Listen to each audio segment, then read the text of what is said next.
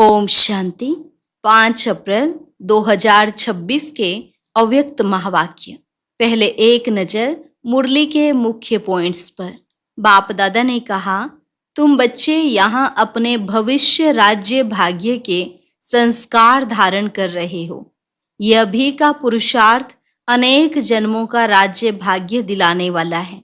तो चेक करो, जैसे भविष्य में एक राज्य होगा, क्या यहाँ भी हमारे मन में एक राज्य चलता है? ऐसा तो नहीं कभी स्वराज्य और कभी माया का राज्य हो। फिर बाबा ने कहा, अगर अभी तक 2 राज्य चलते हैं तो एक राज्य के संस्कार कब भरेंगे? भविष्य की तो विशेषता ही है, एक राज्य और एक धर्म। धर्म भी कौन सा? संपूर्ण पवित्रता ही आपका धर्म अर्थात धारणा है। तो ये भी जांच करो कि एक धर्म है, बीच में दूसरा धर्म अर्थात अपवित्रता का दखल तो नहीं होता। यहाँ की कोई भी कमी भविष्य में संपूर्ण राज्य के अधिकारी नहीं बनने देगी। इसलिए बाप दादा समय प्रति समय अटेंशन खिंचवा रहे हैं कि जल्दी अपने को संपन्न और संपूर्ण बनाओ। तुम्हें हर सेकंड खुश रहना और सभी को बाप का पैगाम देना है।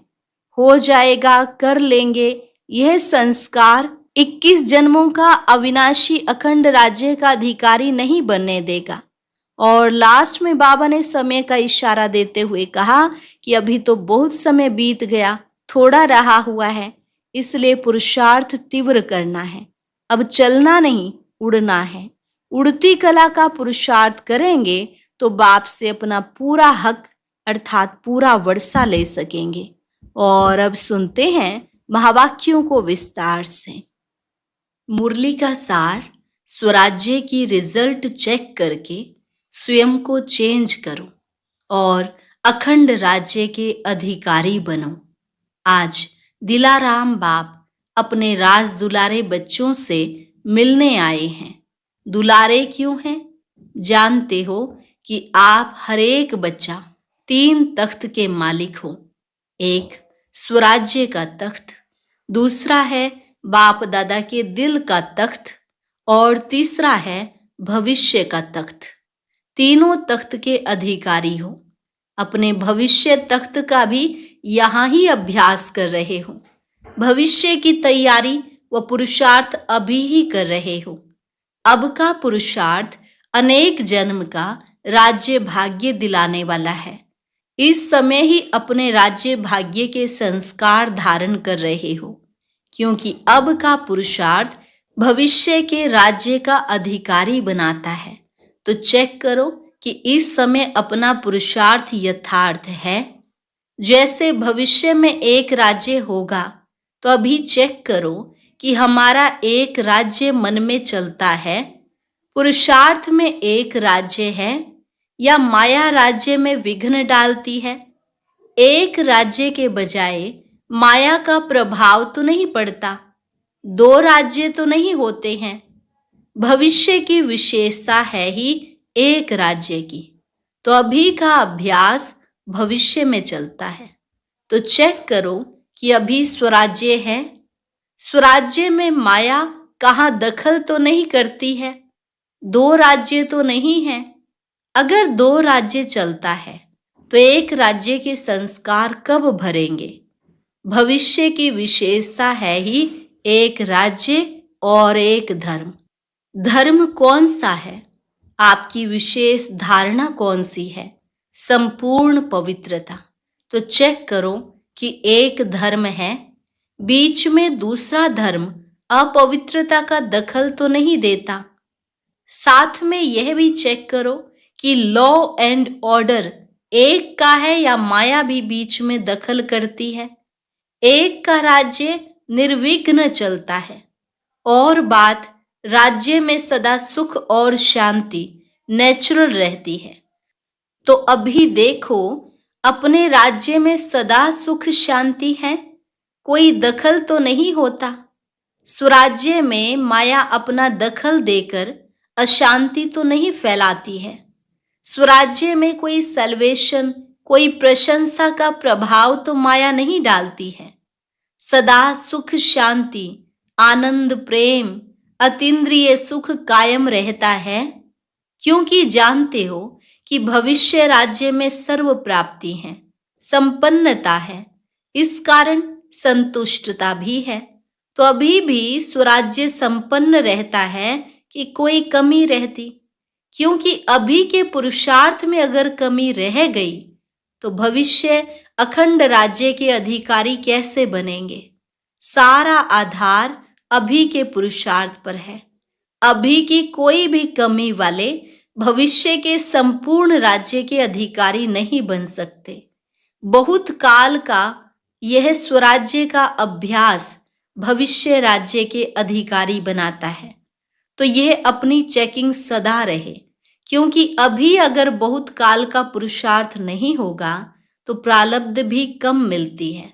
इसलिए बाप दादा समय प्रति समय यह अटेंशन खिंचवा रहा है कि इसके लिए अभी अपने को संपन्न और संपूर्ण बनाओ। अगर अभी बीच बीच में कह देते कि पुरुषार्थ चल रहा है, लेकिन पुरुषार्थ के बीच में तो नहीं आता, यह तो हो जाएगा, यह तो कर लेंगे, यह संस्कार अविनाशी 21 जन्म का अखंड राज्य का अधिकारी नहीं बनाएगा। बाप दादा सदा के लिए अटेंशन दिला रहा है। चेक करो कि अगर कोई भी विघ्न आता है, तूफान आता है, तो तूफान तोहफा बन जाता है। तूफान तूफान नहीं, लेकिन तोहफा बन जाए। कोई भी माया का वार होता है, अनुभव कराती है माया, तो वह अनुभव भी ऐसे अनुभव हो कि हमको यह अनुभव की सीढ़ी आगे बढ़ाती है। इसके लिए बाप दादा कहते सदा अपना चार्ट आप ही चेक करो। जितना अपना चार्ट चेक करेंगे उतना ही चेक करके चेंज करेंगे। तो हर एक अपने चार्ट को चेक करते हो। जो रोज करता है वह हाथ उठाओ। जो रोज करता है, कभी कभी नहीं, रोज चार्ट चेक करो और चेंज करो, क्योंकि समय का इशारा बाप दादा ने काफी समय से दिया है। समय को देख भी रहे हो। मनुष्यों के मन में चिंता बढ़ रही है, और आपके मन में चिंता नहीं, लेकिन प्रभु चिंतन है। प्रभु चिंतन होने के कारण आप सदा जानते हो कि हम निमित्त हैं, निर्माण है, क्योंकि करावनहार बाप है। इसके कारण आपके मन में चिंता नहीं है।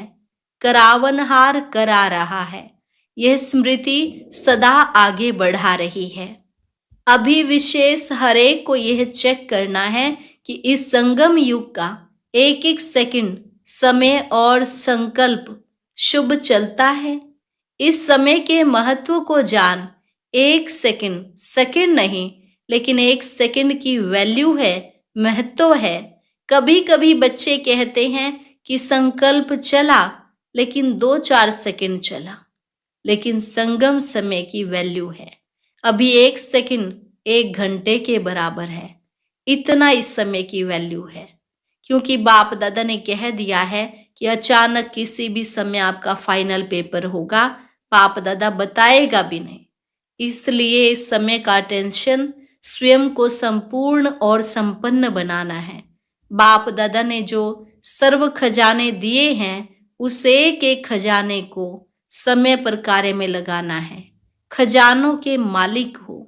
मालिक की विशेषता यह है कि जिस समय जिस खजाने की आवश्यकता है, उस समय वह खजाना कार्य में लगाता है। आप ऑर्डर करो समाने की शक्ति को, तो समाने की शक्ति कार्य में लगती है, क्योंकि मालिक उसको कहा जाता है जो समय पर अपने खजाने कार्य में लगा सके। तो अभी सभी को इतना स्व पर अटेंशन देना है। सबके अंदर खुशी का खजाना सदा ही चेहरे और चलन में दिखाई दे। खुशी अविनाशी बाप की देन है, तो अविनाशी बाप की देन को अविनाशी रखो। खुशी के लिए कहा जाता है खुशी जैसी कोई खुराक नहीं, खुशी जैसा कोई खजाना नहीं। तो जिसके अंदर सदा खुशी है, उनके नयनों से, चेहरे से, चलन से ऑटोमेटिक दिखाई दे